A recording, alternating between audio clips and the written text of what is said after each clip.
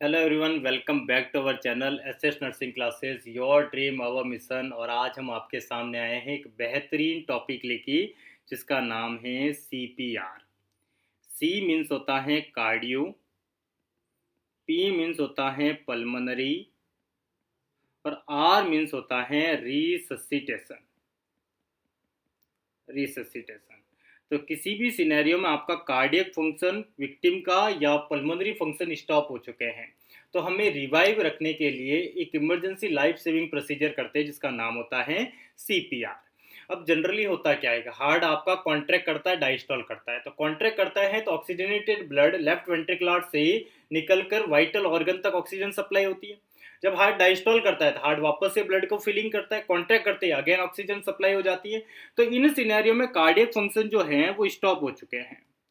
अब cardiac function stop है, even the pulmonary function भी स्टॉप है। तो इन सिनेरियो के अंदर आपको क्या करना पड़ेगा, मैन्युअली हार्ट को contract diastole contract diastole contract diastole करना पड़ेगा। जैसे कैसे करते हैं कि फॉर एग्जांपल अगर मैं आपको दिखाऊं तो आप कहते हो कि लाइक दैट, ये आपका जनरल सिनेरियो के अंदर मान लो ये हार्ट है, यहाँ पे होगी वर्टिब्रा। जो पर्सन को जो पोजीशन दी जाती है, the position is the name of supine position. कौन सी पोजीशन देते हैं, सुपाइन पोजीशन। अब देखो, जब आप स्टर्नम हड्डी को यहाँ पे जो एंटीरियर साइड पे होती है, ब्रेस्ट बोन बोलते हैं या स्टर्नम बोलते हैं, स्टर्नम को कंप्रेस करेंगे तो स्टर्नम और वर्टिब्रा के बीच में हार्ट है, तो हार्ट क्या होगा, कॉन्ट्रैक्ट। अब हार्ट कॉन्ट्रैक्ट होते ही जो हार्ट में जो ब्लड है वो आगे की तरफ जाएगा, और आगे की तरफ जाएगा तो ब्रेन तक ऑक्सीजन सप्लाई कुछ अमाउंट पर होती रहेगी। और ब्लड सप्लाई अगर होती रही तो पर्सन रिवाइव होने के चांस बढ़ जाएंगे, क्योंकि ब्रेन डेड नहीं हुआ है ना। जनरली सिनेरियो में बोला जाता है कि अगर ब्रेन में 3 मिनट तक ब्लड सप्लाई ना हो तो ब्रेन डेड हो जाता है।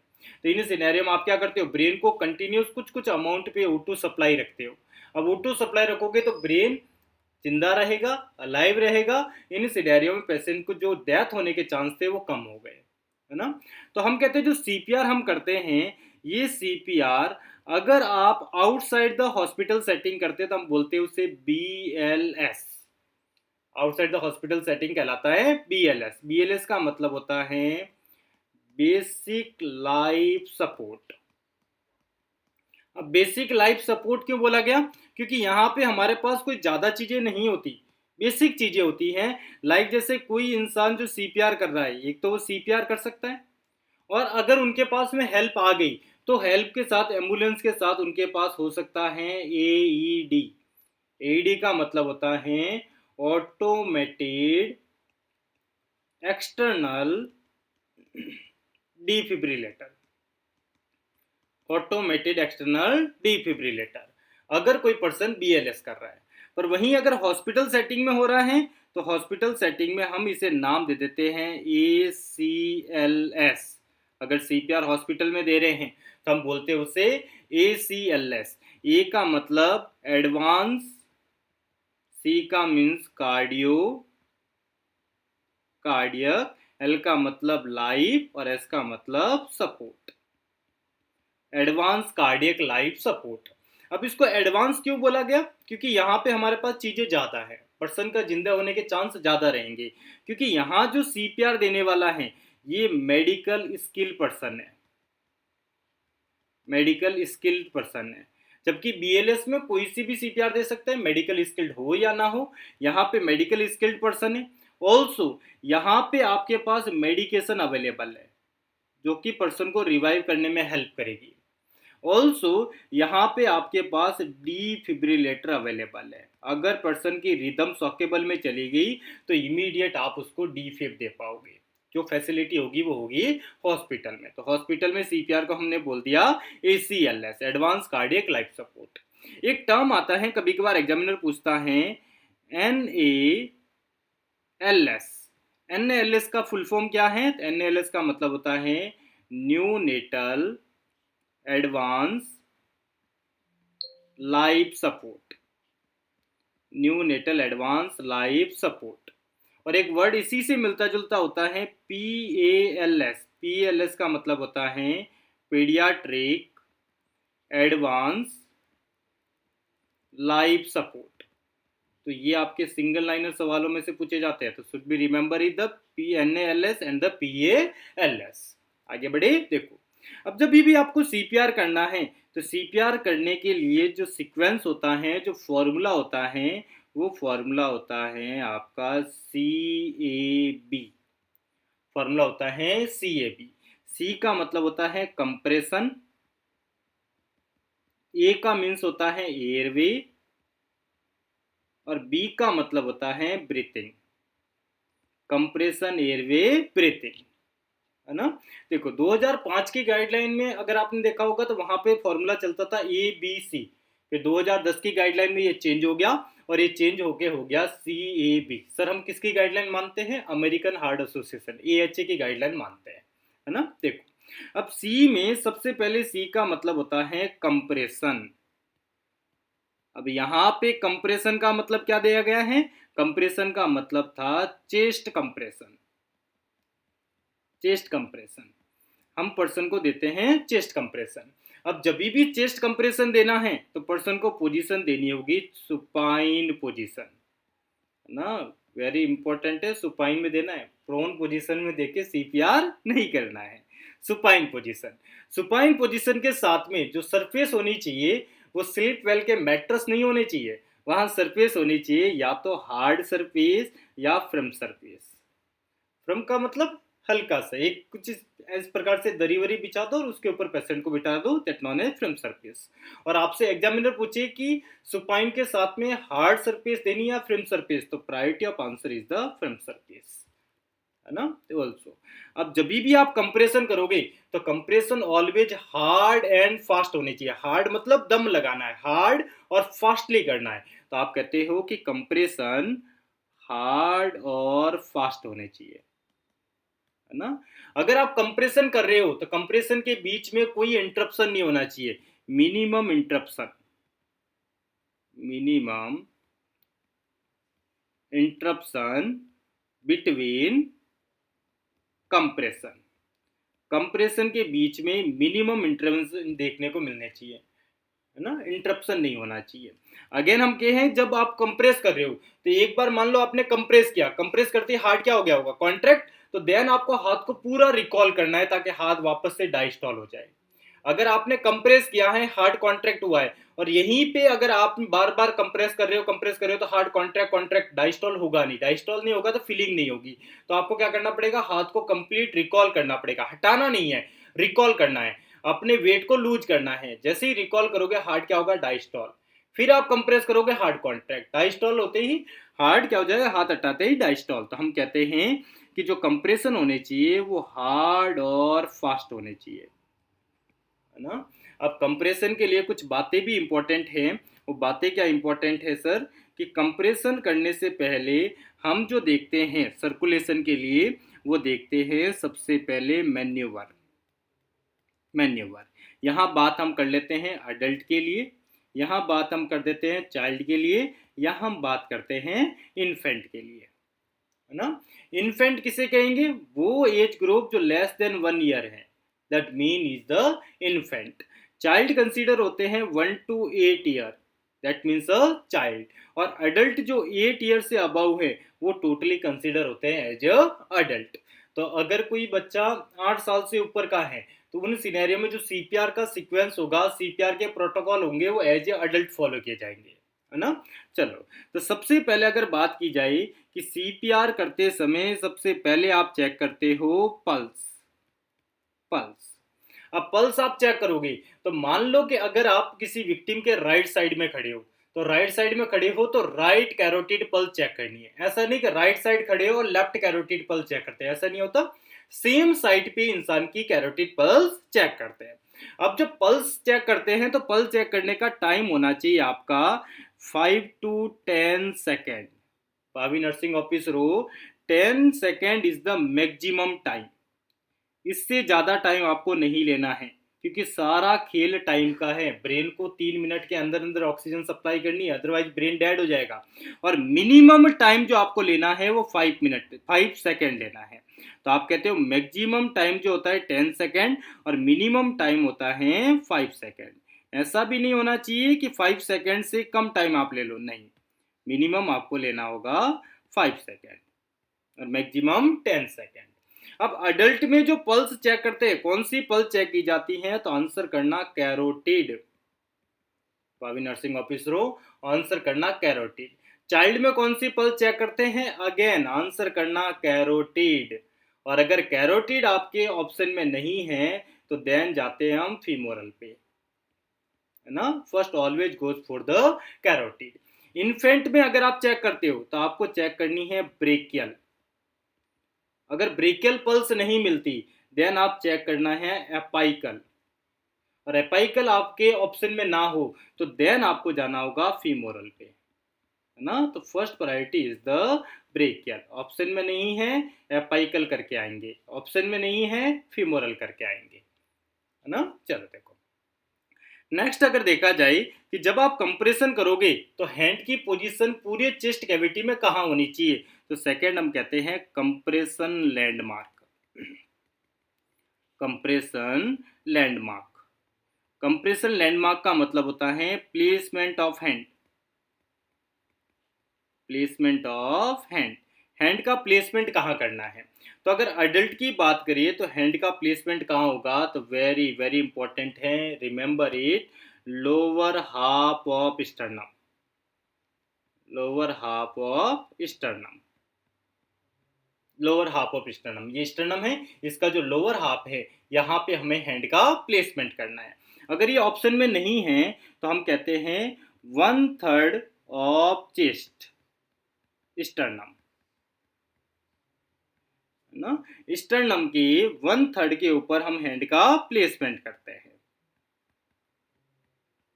ना। ये टोटल आपकी मान लेते हैं, ये स्टर्नम हड्डी है ना, और ये हमारे कहते हैं that need is the xiphoid process. तो आपका हैंड का प्लेसमेंट 2/3 ये पार्ट हो गया, 1/3 ये पार्ट हो गया, तो यहाँ हैंड का प्लेसमेंट करना है। अगर ऐसा भी ऑप्शन में ना हो तो देन आपको देना है कि centre of chest, centre of chest between nipple line, centre of chest between nipple line, total chest का centre point between the nipple line जहां हो वहां हैंड का प्लेसमेंट करेंगे। और ये same scenario as it is देखने को मिलता है, फॉलो करते हैं हम चाइल्ड के अंदर। तो चाइल्ड में सिनेरियो रहता है same, same scenario, lower half of sternum है, 1/3 of the chest of sternum है, या फिर centre of chest between the nipple line है। पर अगर वहीं पे बात की जाए और आपसे बोल दिया जाए कि बताओ इन्फेंट में क्या करेंगे, तो जवाब देना है इन्फेंट में हम centre of chest just below nipple line करना है, जस्ट बिलो निप्पल लाइन, है ना। Centre of chest just below the nipple line. हाँ, यहाँ पे भी राइट ऑप्शन क्या है, lower half of sternum, 1/3 of sternum, पर centre of chest between nipple line for the adult and the child, centre of chest just below the nipple line, it is the for a infant, है ना। तो should be remember. अब for example मैं आपसे कहता हूँ, कोई एक पर्सन ओबेस है, ओबेज पर्सन में अगर मैं चेस्ट कंप्रेशन अगर करता हूं तो कहाँ करूंगा, तो आपको जनरली कुछ फील ही नहीं हो रहा, आप देख रहे हो, और अगर आपको समझ नहीं आ रहा कि कहाँ से हमें कंप्रेशन करना चाहिए, तो अब्डोमेन कैविटी से ऊपर की तरफ आपको आना होता है। जैसे ही ऊपर की तरफ आते हो तो एक हड्डी फील होती है, दैट नॉन है जिप्पॉइड प्रोसेस। यहाँ से 2 फिंगर प्लेस करके हैंड का प्लेसमेंट कर देते हैं, दैट इज द लोकेशन, है ना। प्रैक्टिकली ये लोकेशन है, पर थ्योरेटिकली अगर देखा जाए तो जवाब देना lower half of sternum, 1/3 of the chest sternum and central of chest between the nipple line for the adult and the child, just below the nipple line for the infant।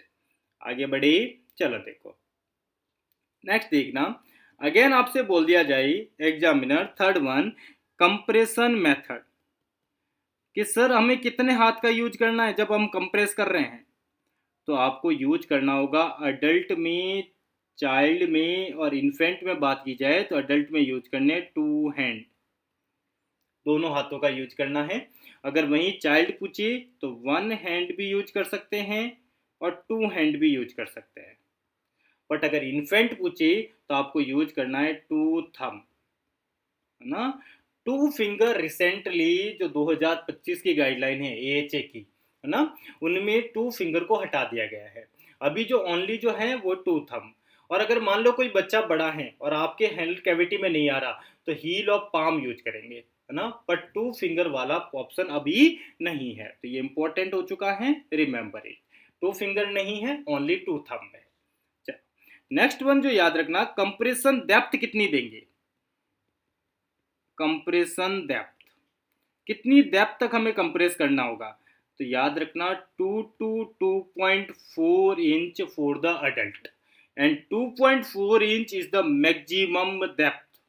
अगर आपसे बोला जाए कि मैक्सिमम कितना आप compress करोगे, कितना depth तक कंप्रेस करोगे, आंसर होगा 2.4 इंच, है ना। वहीं पे आपसे बोला जाए कि चाइल्ड के अंदर कितना होगा, तो जवाब देना 1.5 से 2 इंच, और सिंगल आंसर करोगे तो आंसर होगा 2 इंच। और इन्फेंट का पूछे तो 1 to 1.5 इंच और सिंगल आंसर होगा 1.5 इंच। कभी कभार एग्जामिनर सेंटीमीटर में पूछ ले तो आपको जवाब देना है 3 to 4 centimetre for the infant, 4 to 5 centimetre for the child and the 5 to 6 centimetre for the adult, है ना। अब मुझे एक बात बताओ, फॉर एग्जांपल अगर कोई पर्सन भारी भरकम है, अब बहुत ही ज्यादा ओबेज है, एक्सेसिव ओबेज है, और उसके अगर मैं कंप्रेस करता हूं 2 इंच अडल्ट में, 2 इंच कंप्रेस करूंगा तो क्या ये अडल्ट का हार्ड कॉन्ट्रैक्ट होगा, आंसर है नहीं। तो हमें कितना कंप्रेस करना पड़ेगा अगर सिनेरियो ओबेज मिले, तो हम कंप्रेस करते हैं 1/3 ऑफ चेस्ट, एंटीरियो पोस्टीरियर, एंटीरियो पोस्टीरियर जितना चेस्ट है उसका 1/3 आपको कंप्रेस करना पड़ेगा अगर सिनेरियो ओबेज का दिया जाए, है ना। चलो नेक्स्ट वन ध्यान रखना, कंप्रेशन रेट, कि हमें किस रेट से कंप्रेशन करना है, तो compression rate is the very very important है। कंप्रेशन रेट आपको रखनी है 100 to 120 कंप्रेशन पर मिनट। पवी नर्सिंग ऑफिसरों सोचो, 100 to 120 कंप्रेशन पर मिनट, मतलब आपको 1 सेकेंड में 2 कंप्रेशन देने होंगे, 100 to 120 कंप्रेशन पर मिनट, और ये सेम रहता है for the child in the same scenario for the adult, है ना। 2015 की गाइडलाइन के अनुसार 100 to 120 हो चुका है। 2010 की गाइडलाइन में हाँ बिल्कुल मानता हूँ 100 था, लेकिन 2015 की गाइडलाइन में ये चेंज हो चुका है 100 to 120 कंप्रेशन पर मिनट। और वेरी वेरी इंपॉर्टेंट आपसे पूछा जाए compression ventilation ratio, compression ventilation ratio, तो कंप्रेशन वेंटिलेशन रेशियो अगर पूछा जाए तो ये डिपेंड करेगा कि जो जान बचाने वाले लोग हैं जिसे हम बोलते हैं रेस्क्यूअर, ये रेस्क्यूअर 1 है या 2 है। फॉर एग्जाम्पल अगर बात मैं करता हूँ अडल्ट की, बात मैं करूँ चाइल्ड और बात मैं करूँ इन्फेंट की, तो अडल्ट में जो अगर 1 रेस्क्यूअर प्रेजेंट है तो आपका कंप्रेशन होगा 30 कंप्रेशन के बाद में 2 होंगे वेंटिलेशन, मतलब 30:2। और 2 रेस्क्यूअर अगर आपके पास है तो अगेन सेम हो चुका है 30:2, मतलब कि अडल्ट में सिंगल रेस्क्यूअर हो या डबल रेस्क्यूअर हो इस बात से फर्क नहीं पड़ता, कंप्रेशन वेंटिलेशन रेशियो जो रहेगा वो 30:2 रहेगा। वहीं चाइल्ड में बात की जाए अगर 1 रेस्क्यूअर है तो कंप्रेशन वेंटिलेशन रेशियो रहेगा 30:2, बट अगर 2 रेस्क्यूअर हैं तो कंप्रेशन वेंटिलेशन रेशियो हो जाएगा 15:2। शुड बी रिमेंबर कि अगर 1 रेस्क्यूअर है, चाइल्ड का सीपीआर चल रहा है तो 30 कंप्रेशन करेंगे, 2 वेंटिलेशन देंगे, पर 2 रेस्क्यूअर अगर आ गए तो 15 कंप्रेशन के बाद 2 वेंटिलेशन देना होगा, है ना। अगेन बोला जाए इन्फेंट के अंदर अगर 1 रेस्क्यूअर है तो कंप्रेशन वेंटिलेशन रेशियो 30:2 रहता है, बट 2 रेस्क्यूअर अगर अवेलेबल है तो फिर रेशियो चेंज होके हो जाता है 15:2 ना। यहाँ पे भी सेम है, अगर यहाँ पे अगर बच्चों में पूछा जाए, इन्फेंट में पूछा जाए तो अगेन रेशियो सेम है कि अगर 2 रेस्क्यूअर हुए तो 15:2 होगा ना। It is the very very important है, शुड बी रिमेंबर इट, कि अगर मैं देखूं तो 1 रेस्क्यूअर अगर किसी भी सिनेरियो में रह रहा है तो कोई रेशियो में चेंज नहीं हो रहा, रेशियो 30:2 30:2 30:2 ही रह रहा है। बट अगर 2 रेस्क्यूअर हो रहे हैं तो रेशियो में चेंज आ रहा है। अडल्ट के रेशियो में कोई चेंज नहीं है, चेंज ओनली है in the child ratio, change only है in the infant ratio. These all are the important thing regarding the compression, है ना. अब जब मान लो आपने एक CPR पूरा किया, एक CPR का मतलब होता है 1 CPR बराबर 5 साइकिल. एक CPR में 5 साइकिल होता है. एक CPR में 5 साइकिल का मतलब जैसे कि अगर 1 रेस्क्यूअर है और आप किसी का भी CPR कर रहे हो, अडल्ट का, चाइल्ड का, इन्फेंट का, तो रेशियो कितना हुआ, 30 कंप्रेशन किया, 2 वेंटिलेशन दिया. अगेन दूसरा साइकिल, अगेन 30 कंप्रेशन, 2 वेंटिलेशन. तीसरा साइकिल, अगेन 30 कंप्रेशन, 2 वेंटिलेशन. चौथा cycle, again 30 compression, 2 ventilation. And the last one, fifth cycle, again 30 compression, 2 ventilation. जब आप इस साइकिल को 5 बार दोहराओगे तब जाके आपका एक CPR कंप्लीट होगा. और एक CPR कंप्लीट करने के बाद में हमें रीअसेस करना होता है क्लाइंट को, विक्टिम को रीअसेस करते हैं कि वो उसमें कुछ रिवाइव के सिम्टम साइन आ रहे या नहीं आ रहे.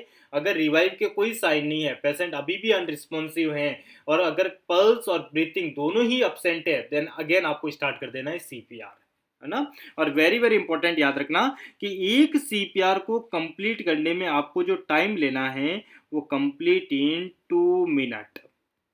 एक CPR आपका 2 मिनट में कंप्लीट हो जाना चाहिए. It is the very very important है ना. और एक PGI संगरूर में सवाल आया था 2019 में, PGI संगरूर, और PGI संगरूर ने पूछा था कि आफ्टर 5 साइकिल हम क्या करेंगे. आफ्टर 5 साइकिल, क्या आपने 5 साइकिल CPR दे दिया, उसके बाद आप क्या करोगे. तो आंसर था रीअसेस द क्लाइंट या विक्टिम. हमें रीअसेस करना है. रीअसेस में क्या चेक करोगे, रीअसेस में चेक करेंगे पल्स एंड चेक करेंगे ब्रीथिंग, है ना. तो जब आपका एक CPR कंप्लीट हो जाए, 5 साइकिल कंप्लीट हो जाए, तो आपको रीअसेसमेंट करना होता है. रीअसेस करते हो कि पर्सन में पल्स प्रेजेंट हुई या नहीं हुई, ब्रीथिंग प्रेजेंट हुई या नहीं हुई. अगर आपका सिनेरियो नेगेटिव निकलता है, no breath no pulse, then directly start the again CPR. तो CPR के अंदर हम पढ़ते हैं C का मतलब compression. It is the one most important step in the CPR. For example, in the life scenario में आपको बता दूं कि अगर कोई पर्सन आपके सामने इस प्रकार का विक्टिम दिखता है और आप कंप्रेशन कर सकते हो या वेंटिलेशन ही दे सकते हो, है ना. तो अगर आपके पास आप दोनों चीजें नहीं कर पा रहे हो तो आप ओनली कंप्रेशन करो, आप ओनली कंप्रेशन करो. सिर्फ कंप्रेशन से रिवाइव के चांस ज्यादा होते हैं, है ना. अगर आप नहीं कर पा रहे हो तो ओनली कंप्रेशन करो, बट आप कर पा रहे हो तो फिर 30 कंप्रेशन 2 वेंटिलेशन रेशियो आपको फॉलो करना है. बट ओवरऑल द सिनेरियो देखा गया तो most important step in the CPR that known is the compression है. चलो, C के बाद में नेक्स्ट देखने को मिलता है CA. ए का मीन्स होता है एयरवे. एयरवे कि कंप्रेशन करने के बाद में आपको विक्टिम का एयरवे को ओपन करना है, विक्टिम के एयरवे को ओपन करना है. अब एयरवे को ओपन करने के 2 मेथड होते हैं. तो हम लिखते हैं आफ्टर 30 कंप्रेशन, जब आपका 30 कंप्रेशन कंप्लीट हो जाए तो ओपन विक्टिम एयरवे. विक्टिम के एयरवे को हमें ओपन करना है. और विक्टिम को एयरवे को ओपन करने के लिए 2 मेथड होते हैं. एक मेथड कहलाता है हेड टिल्ट चिन लिफ्ट मेथड,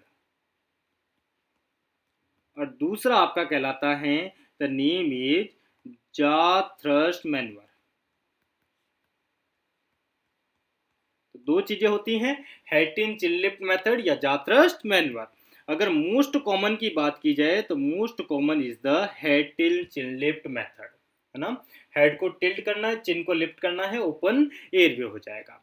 और ओपन एयरवे होने के बाद आप क्या चेक करोगे, is the very very important. This all are the practical thing जो कि एम्स नॉर्सेट सबसे ज्यादा पूछता है कि आपने विक्टिम का हेड चिन चिन लिफ्ट मेथड से एयरवे ओपन किया, माउथ ओपन किया. माउथ ओपन करने के बाद आप क्या देखोगे, तो हमें देखना है टंग प्रोलैप्स. आफ्टर चेक क्या करते हैं, तो वेरी वेरी इंपॉर्टेंट टंग प्रोलैप्स. टंग प्रोलैप्स, ना. टंग कहीं प्रोलैप्स होके पीछे की तरफ एयरवे को ब्लॉक तो नहीं किया है. अगर एयरवे ब्लॉक हो गया देन आप कितनी भी उसे ब्रेथ दे दो, ब्रेथ लंग्स तक पहुंचेगी नहीं. तो आपको चेक क्या करना पड़ेगा, tongue prolapse is the very very important, and it is the also most common death in unconscious person due to the tongue prolapse. तो टंग प्रोलैप्स का रोल वेरी वेरी इंपॉर्टेंट है। पर अगर किसी सिनेरियो में आपका एग्जामिनर हिस्ट्री दे देता है कि किसी को आरटीए है या किसी को सर्वाइकल इंजरी हो गई है, अब सर्वाइकल इंजरी वाले पर्सन में हम क्या करते हैं, हेड को टर्न नहीं करते, फिक्स रखते हैं। तो हेड टर्न नहीं करते, उन समय पे आपको हेड को ना तो टिल्ट करना है एज इट इज, पर एयरवे ओपन करना है, माउथ ओपन करना है। तो कौन सा मैनवर यूज किया जाता है, जवाब होगा जा थ्रस्ट मैनवर। तो जा थ्रस्ट मैनवर कब परफॉर्म करते हैं, in case of cervical injury, तब हम यूज करते हैं जा थ्रस्ट मैनवर। अगर आपसे इमेज देखी जाए तो मैं अगर आपसे कहूं कि this one image that name is the head tilt chin lift method, this is the head tilt chin lift method, head को टिल करना है, चिन को लिफ्ट करना है, this is the head tilt chin lift method. और second one अगर आपसे पूछा जाए कि जा थ्रस्ट मैनवर क्या है, तो this is the jaw thrust manoeuvre. अब जा थ्रस्ट मैनवर में क्या है, हम हैंड को प्लेस करते हैं ऑन टेम्पोरल बोन और फिर हम थंब को स्लाइडली यहां से डिक्रीज करते ही ओपन क्या हो जाएगा, airway, that known as, this one is the head tilt chin lift method, और दूसरा one is the jaw thrust manoeuvre. अगर मैं आपसे कहता हूं कि ये वाला मैनवर जो कि जा थ्रस्ट मैनवर है, ये कब परफॉर्म करना है, तो आप बताना है कि जा थ्रस्ट मैनवर हम तब करेंगे जब पर्सन को सर्वाइकल इंजरी हो, तब हम करते हैं जा thrust manoeuvre. Otherwise always best देखा गया है हेमलिच मैनवर, है ना। इसी से मिलता जुलता एक टॉपिक आता है कि foreign body airway obstruction, foreign body airway obstruction. मान लो कि सुकन्या जी को सबसे ज्यादा चॉकलेट पसंद होती है ना, सुकन्या जी को चॉकलेट बहुत पसंद है। अब उन्होंने जैसी चॉकलेट को देखा तो चॉकलेट खोली और सारा एक साथ खा गई। अब एक साथ खा गए तो वो निगल नहीं पाया और यहाँ जाके एयरवे में ब्लॉक हो गया, मतलब फॉरेन बॉडी एयरवे ऑब्स्ट्रक्शन हो गया। उन सिनेरियो के अंदर आप क्या करोगे, तो एक भाई साहब थे जिन्होंने इन सिनेरियो के बारे में बताया था, उनका नाम है हेमलिच भाई साहब, और उन्होंने एक मैन्युअर दिया था कि जब फॉरेन बॉडी एयरवे ऑब्स्ट्रक्शन हो जाए तो मेरा मैन्युअर यूज करना और इस मैन्युअर से कोई भी फॉरेन पार्टिकल रिमूव हो सकता है। अब देखो हेमलिच मैन्युअर, जो कि अगर बात की जाए अडल्ट तो सिनेरियो अलग होगा, है ना, अडल्ट और चाइल्ड में देखा गया तो सिनेरियो अलग है, वहीं इन्फेंट में सिनेरियो अलग है और प्रेगनेंसी में सिनेरियो अलग है ना। अडल्ट के अंदर पहले क्या था, सिंपल था कि nursing officer behind the victim खड़ा होता है, फिर एक फिस्ट बनाएगा और फिस्ट को अप्लाई करेगा between the xiphoid process and umbilicus के बीच में, है ना, प्लेस करके 5 time in up cycle perform करेगा। तो ये पुराना था, अब चेंज हो चुका है। अब जो साइकिल हमें बताया गया है कि अडल्ट में हमें क्या करना पड़ेगा, तो पहले बैक स्लैप देने हैं, 5 बैक थ्रस्ट देने हैं, है ना, जैसे कि हम बच्चे को देते थे कि इन्फेंट को हम डायरेक्टली हैंड पोजीशन देते थे और बैक स्लैप देते थे, सेम वही हो चुका है। तो अगर आपसे अब पूछा जाए जो कि न्यू है, वो ये है कि फर्स्ट क्या करना पड़ेगा, फर्स्ट बैक स्लैप देने हैं या थ्रस्ट देने हैं, कितनी बार, 5 टाइम, पहले ये करना है चाइल्ड और इन्फेंट में। उसके बाद जो आपका पुराना वाला था वही चीज है कि फिर हमें क्या करना है, nursing officer stand behind victim, nursing officer behind the victim stand रहेंगे, और विक्टिम स्टैंड रहने के बाद क्या करेंगे, make a fist and apply between umbilicus and xiphoid process, umbilicus और जिप्पॉइड प्रोसेस के बीच में फिस्ट बनाएंगे। फिस्ट बनाने के बाद 5 टाइम परफॉर्म करेंगे इन अप साइकिल, है ना, देन परफॉर्म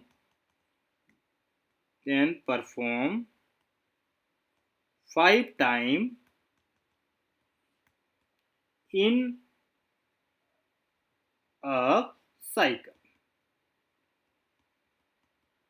ना, 5 टाइम हम परफॉर्म करेंगे इन अप साइकिल, जिससे फॉरेन बॉडी रिमूव हो जाए। फॉर एग्जाम्पल अगर मैं आपको इमेज दिखाऊं तो this is one image, this one, है ना। यहाँ पे हम क्या कर रहे हैं, जो भी नर्सिंग ऑफिसर होगा वो क्या करेगा, बिहाइंड द विक्टिम खड़ा होगा, विक्टिम को लीन फॉरवर्ड करना है। पोजीशन कौन सी होती है, लीन फॉरवर्ड। लीन फॉरवर्ड करने के बाद में ये क्या बनानी है, फिस्ट। क्या बनाओगे आप, फिस्ट। फिस्ट बनाने के बाद फिस्ट अप्लाई कहाँ करनी है, जिपॉइड प्रोसेस और अम्बलाइकस के बीच में। देन परफॉर्म करने हैं 5 cycle in up in up in up cycle to remove the foreign body airway obstruction. Very very important, अगर पोजीशन पूछ ली जाए कि कौन सी पोजीशन हमें देनी है, तो लीन फॉरवर्ड करवाना है। सेकेंड वन, अगर वहीं इन्फेंट का पूछा जाए तो इन्फेंट के सिनेरियो थोड़ा अलग होता है। इन्फेंट में फॉरेन बॉडी एयरवे ऑब्स्ट्रक्शन है, तो first give the prone position like that.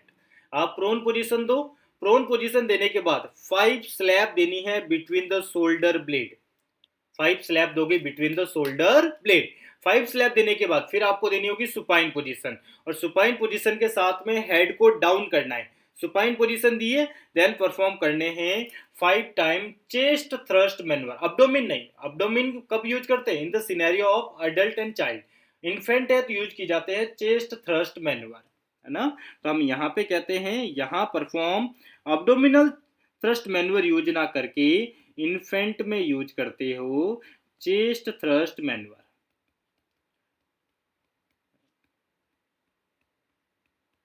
ना, चेस्ट थ्रस्ट मैनुअर।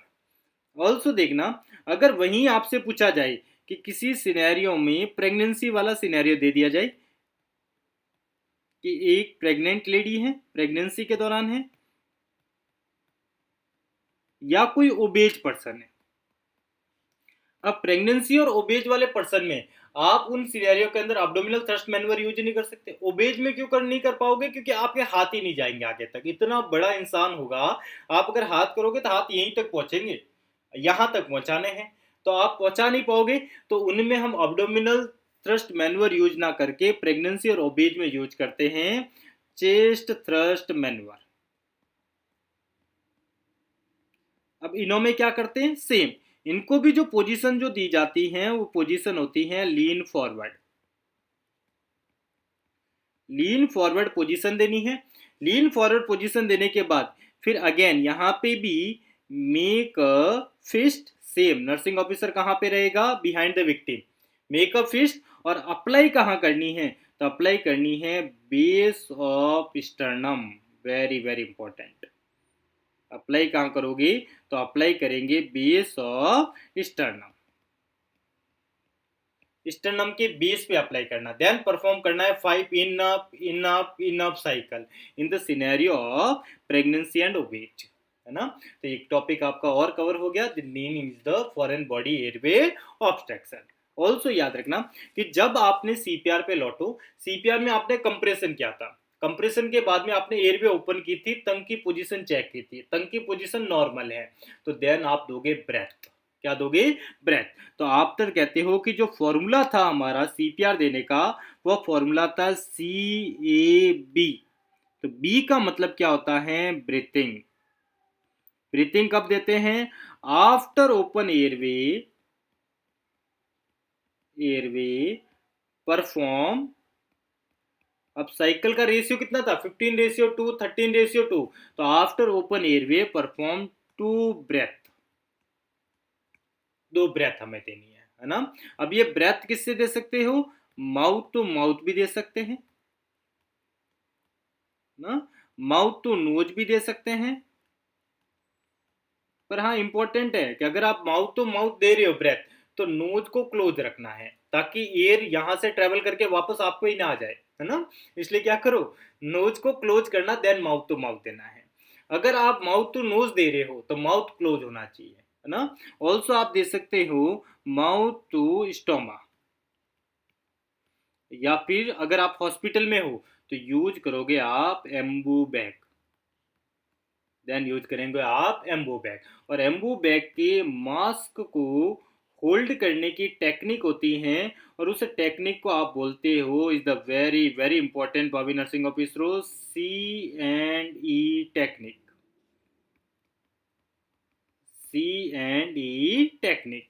है ना। जब आप मास को पकड़ते हो, है ना, तो मास जो ऊपर की तरफ बनता है मास के ऊपर वो सी बनता है, और लेटरल साइड में देखोगे तो ई बनेगा। That name is the C and E technique. देखो, अगर मान लेते हैं ये सीपीआर हम तब परफॉर्म करते हैं जब सिनेरियो आपके पास एडवांस एयरवे नहीं लगा हुआ।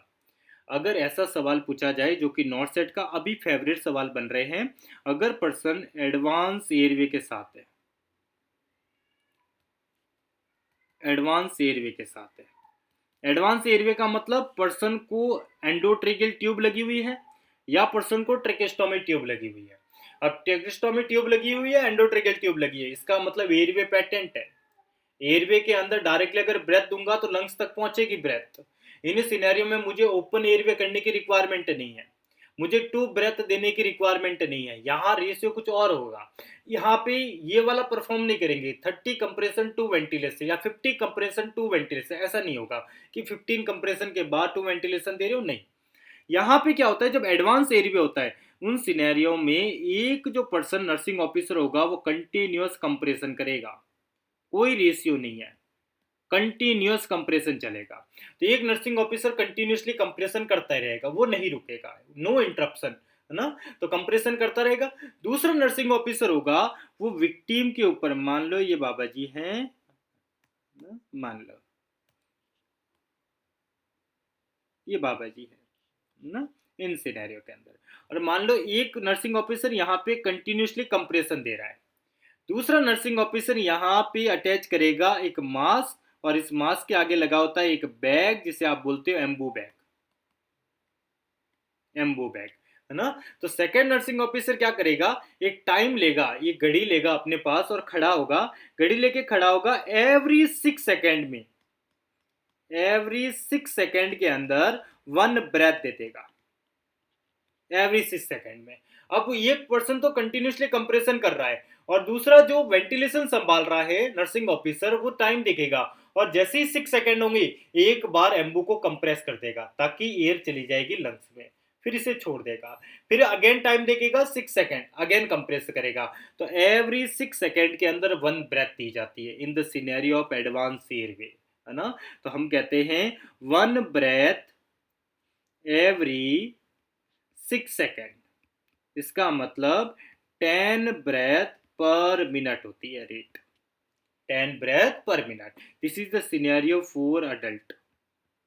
पर वहीं पे चाइल्ड और इन्फेंट की बात करें तो चाइल्ड और इन्फेंट के लिए, चाइल्ड एंड इन्फेंट, इनके लिए रेशियो चेंज हो जाता है। इनमें हमें 1 ब्रेथ देनी है अगर एडवांस एयरवे लगा हुआ है, 1 ब्रेथ इन 2 to 3 सेकेंड, इसका मतलब 20 to 30 ब्रेथ पर मिनट होगा। तो इनके अंदर वेंटिलेशन रेशियो जो रहता है वो 20 to 30 breath per minute in the case of child, in the case of infant. आगे बढ़े, this is all are the CAB, है ना। It is very very important है, रिमेंबर इट। हाँ, ओल्ड गाइडलाइन के अंदर आपको ये देखने को मिल सकता है, अगर आप टारगेट हाई सॉल्व कर रहे हो वहां पे लिखा हो 1 ब्रेथ एवरी 6 to 8 सेकेंड, वो अभी चेंज हो चुका है, वो हो चुका है 1 ब्रेथ एवरी 6 सेकेंड, है ना। 6 to 8 की ओल्ड गाइडलाइन थी, पर न्यू गाइडलाइन के अंदर अगर देखा गया तो वो देखने को मिलता है 1 breath every 6 second. Very very important. आगे बढ़े, देखो नेक्स्ट वन देखना, जब आप सीपीआर करते हो तो सीपीआर करते समय अगर ACLS हो रहा है तो ACLS वाले सिनेरियो में आपके पास अवेलेबल होगी ड्रग्स। तो ड्रग इन CPR, कौन कौन सी ड्रग यूज करोगे सीपीआर में। तो फर्स्ट ड्रग इज द आपकी favourite drug, that name is the adrenaline, जिसे आप शॉर्ट फॉर्म में ADR बोलते हो। ADR not a standard word, that knowledge पूरा नाम लेना पड़ेगा, एड्रेनलिन। एड्रेनलिन हमें कितना देना है, तो आप कहोगे कि एड्रेनलिन हम देंगे 1 mg ADR देंगे। 1 mg ADR आपने दे दिया, तो ADR देने के बाद आपको वेट करना है कि हमारा जो पहला ADR दिया हुआ वो पेशेंट के लिए इफेक्टिव है या नहीं है। 1 mg देने के बाद आपको वेट करना है 3 to 5 मिनट। अगर पर्सन में कोई रिस्पॉन्स नहीं आ रहा, है ना, कोई पल्स नहीं आ रही, देन अगेन आप दोगे 1 mg, है ना। दूसरा शॉट देंगे, दूसरे शॉट के बाद में भी आप वेट करोगे 3 to 5 मिनट। अगर कोई रिस्पॉन्स नहीं है तो थर्ड वन अगेन दिया जाएगा 1 mg, है ना। तो मैक्सिमम कितने शॉट दिए जाते हैं, तो आपको जवाब देना है 3 शॉट। कौन कौन से?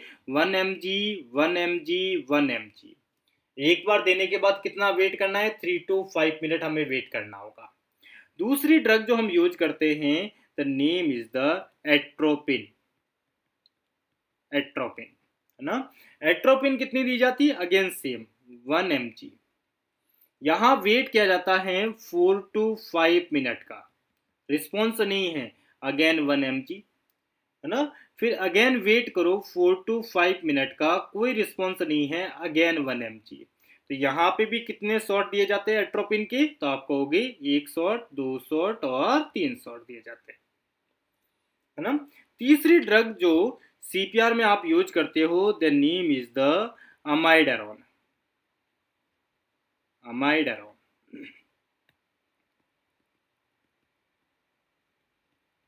अमाइडारोन। अमाइडारोन जो ड्रग होती है, अमाइडारोन, अमाइडारोन जो ड्रग होती है, ये ड्रग हम कितनी यूज करते हैं पहली डोज? तो याद रखना यार, अमाइडारोन फर्स्ट डोज यूज की जाती है 300 mg।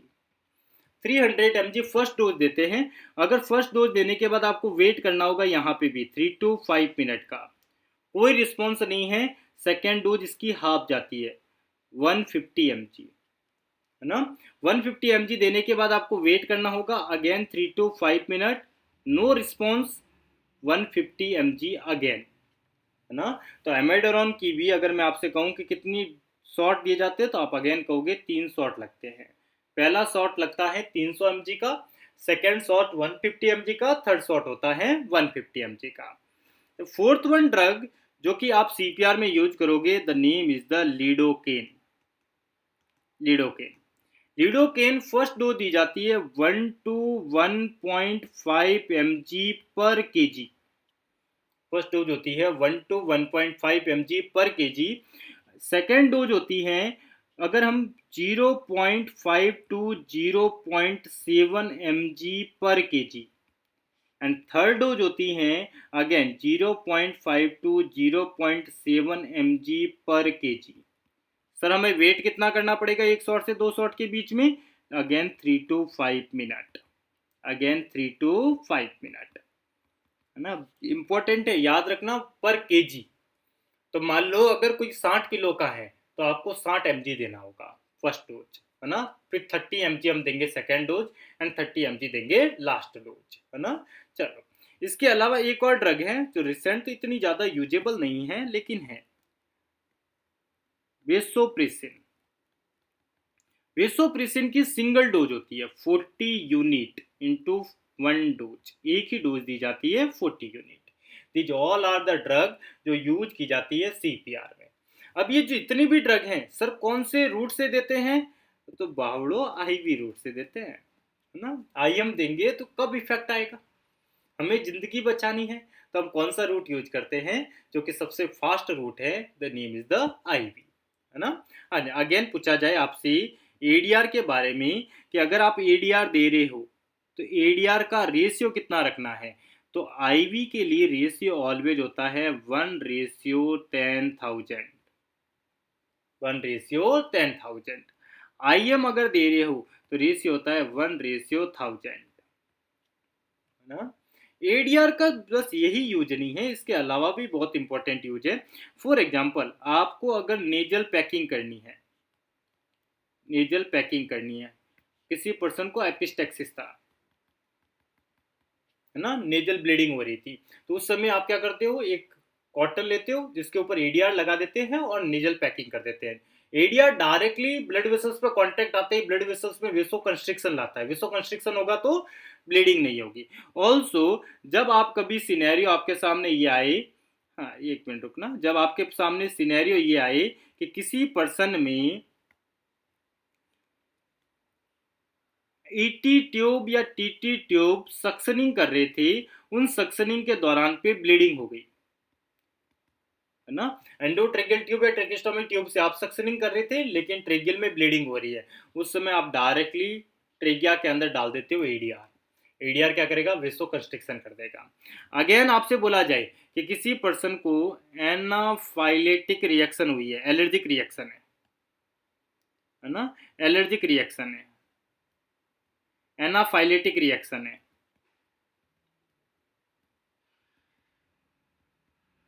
उस समय हम यूज क्या करेंगे, तो अगेन एडीआर। एनाफाइलेटिक या एलर्जिक में डीओसी के रूप में यूज होती हैं आपकी एडीआर। ADR means adrenaline. कितनी यूज करते हैं, 0.5 mg। कौन से रूट से देते हैं, आईएम, है ना, आईएम रूट। ये जो ऑल आर द ड्रग जो कि यूज होती है in the CPR. Sir CPR हम कर रहे हैं तो कब हम स्टॉप करेंगे सीपीआर के, अब काफी हुआ।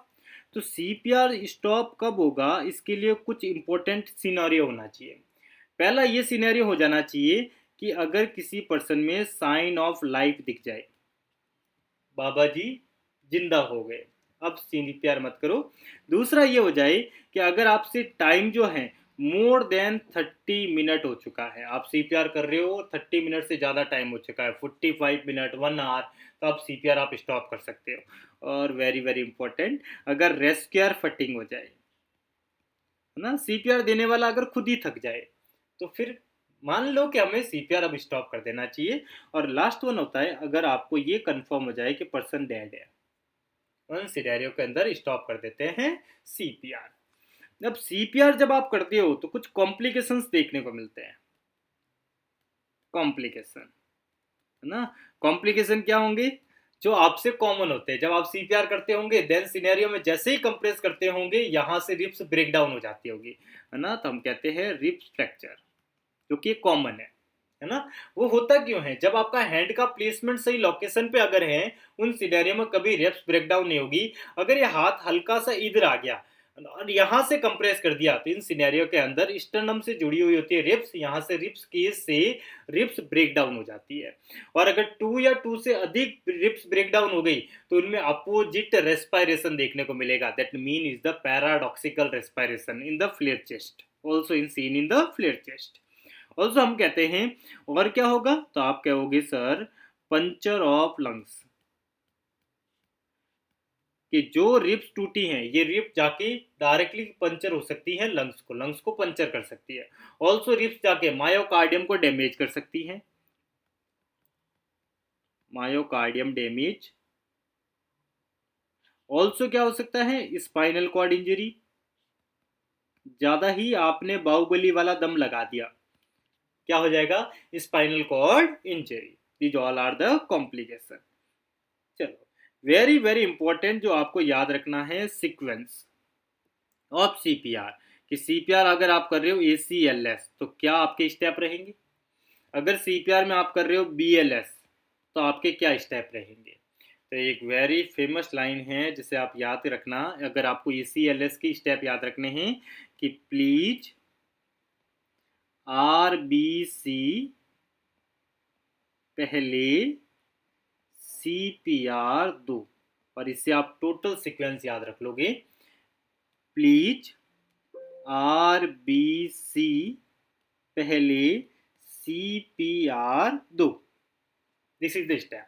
तो हम कहते हैं पी का मतलब सबसे पहले आपको क्या देखना होता है, प्लेस सेफ्टी। प्लेस सेफ्टी कि सारे सिनेरियो सही से है कि नहीं है, जो हमने पर्सन को सही लोकेशन पे रखा कि नहीं है। रोड ट्रैफिक एक्सीडेंट वाला सिनेरियो अगर मैं आपसे लूँ बीएलएस के अंदर, तो आप देख रहे हो रोड पे एक्सीडेंट हुआ, बाबा जी रोड पे गिर गए, तो उन्हें हमें प्लेस सेफ्टी करना पड़ेगा, सीन सेफ्टी देखना पड़ेगा। और प्लेस सेफ्टी के बाद में नेक्स्ट वन हम करते हैं आर मीन्स, प्लेस सेफ्टी के बाद आर मीन्स होता है चेक रेस्पॉन्स।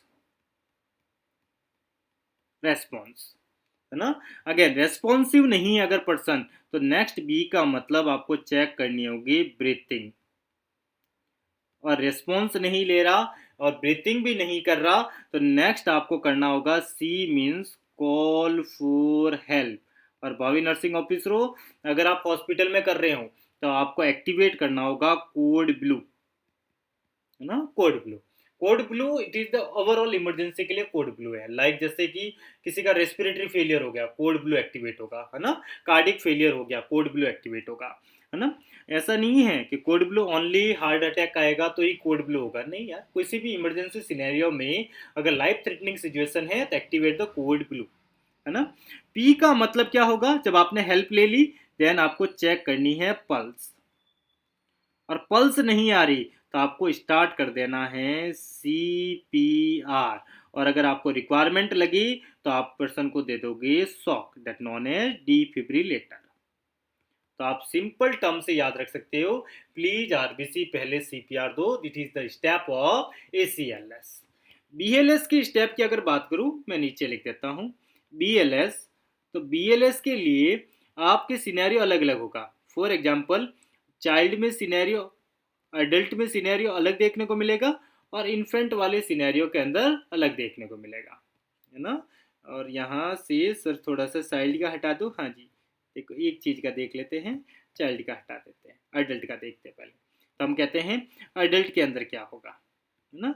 चाइल्ड और इन्फेंट लगभग सेम ही है। देखो अडल्ट में सबसे पहले क्या करेंगे, तो सबसे पहले आपको देखना होता है again place safety. Place safety कि सारी सिनेरियो प्लेस सेफ्टी है या नहीं है। प्लेस सेफ्टी के बाद में check response. Place safety then आप चेक करते हो चेक रेस्पॉन्स।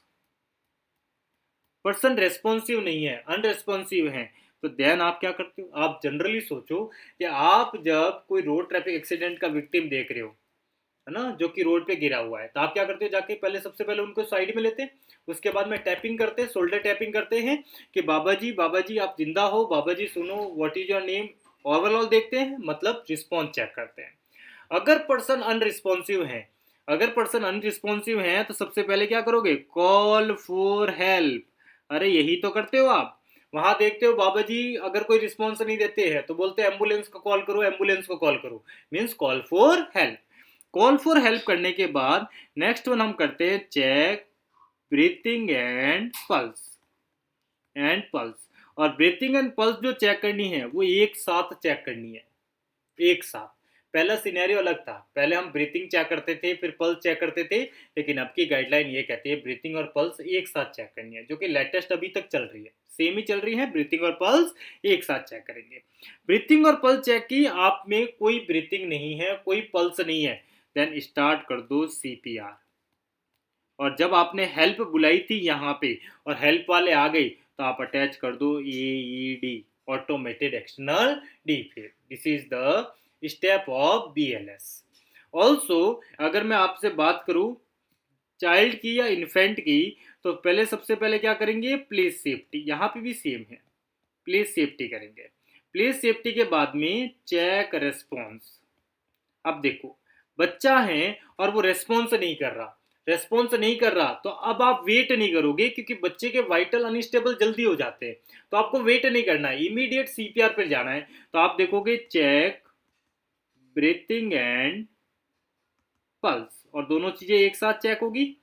ब्रीथिंग और पल्स आपने चेक की, ब्रीथिंग और पल्स चेक करने के बाद अगर ब्रीथिंग और पल्स नहीं है तो अगेन हम क्या करेंगे, स्टार्ट CPR। इन सिनेरियो में सबसे लास्ट में हम करेंगे call for help. It is the important scenario, should be remember nursing officer हो, कि यहाँ पे अगर बोला जाए कि बच्चा है या इन्फेंट है तो कॉल फॉर हेल्प कब होगी, सबसे लास्ट में। और अडल्ट का पूछा जाए तो कॉल फॉर हेल्प कब होगी, सबसे पहले, है ना। अब सुनो, एक सिनेरियो अगर मैं आपको सामने दूं कि एक कोई बाबा जी थी, अडल्ट थी, आपने प्लेस सेफ्टी किया, आपने चेक रेस्पॉन्स किया, और पर्सन जो है वो अनरिस्पॉन्सिव है।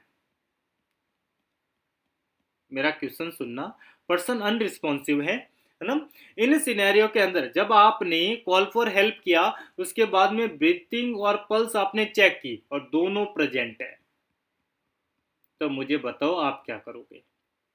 आपने प्लीज सेफ्टी किया, चेक रिस्पॉन्स किया, रिस्पॉन्सिव नहीं है, कॉल फॉर हेल्प हो गया, उसके बाद आपने चेक की ब्रीथिंग और पल्स, और ब्रीथिंग और पल्स प्रेजेंट है, तो अब क्या मुझे कंप्रेशन करना है, नहीं। क्या मुझे वेंटिलेशन देना है, नहीं। तो मैं यहाँ क्या करूँगा, तो यहाँ नर्सिंग ऑफिसर क्या करता है, तो स्टे विथ क्लाइंट, यहाँ पे बस क्लाइंट के साथ स्टे करो अनटिल हेल्प अराइव, जब तक कोई हेल्प अराइव नहीं हो जाती, है ना।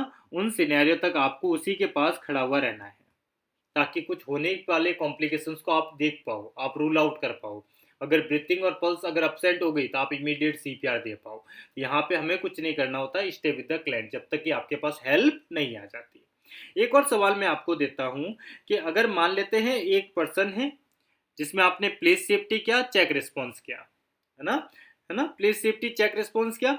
उसके बाद मान लेते हैं आपने कॉल फॉर हेल्प किया, और जब आपने चेक किया ब्रीथिंग और पल्स, तो उन सिनेरियो में पल्स तो प्रेजेंट है बट ब्रीथिंग अब्सेंट है ना, पल्स प्रेजेंट है बट ब्रीथिंग अब्सेंट है। इन सिनेरियो में आप क्या करोगे? तो भावी नर्सिंग ऑफिसरों, जब ऐसा विक्टिम मिले जिसकी पल्स प्रेजेंट है बट ब्रीथिंग अब्सेंट है, इसका मतलब person in respiratory arrest, person जो है वो रेस्पिरेटरी अरेस्ट में है। इन सिनेरियो में क्या देना होगा? 1 ब्रेथ एवरी 5 to 6 सेकेंड में हमें एक ब्रेथ देनी है, क्योंकि ओनली ब्रेथ देनी है, रेस्पिरेटरी अरेस्ट है, कार्डियक अरेस्ट नहीं है। इसका मतलब 8 to 10 ब्रेथ, इसका means 8 to 10 breath, sorry 8 to 10 नहीं, 10 to 12 breath, 10 to 12 breath per minute. इसका मतलब हमें जो ब्रेथ देनी है वो कितनी देनी है? 10 to 12 ब्रेथ देनी है। और रेस्पिरेटरी अरेस्ट के चांस सबसे ज़्यादा मोस्ट कॉमन जो देखने को मिला है वो मिलते हैं इन्फेंट में और मिलते हैं चाइल्ड में, अडल्ट में नहीं मिलते। मोस्ट कॉमन अगर पूछा जाए, this is the scenario for the infant, for the child. This is all about the CPR. जितना भी इंपॉर्टेंट सिनेरियो जो हमें रिमेंबर रखना है, this is all about the CPR. हाँ, सीपीआर में एक और चीज होती है, डिफिब्रिलेटर। तो डीफेब हम जब यूज करते हैं जब सिनेरियो सॉकेबल रिदम आ जाए।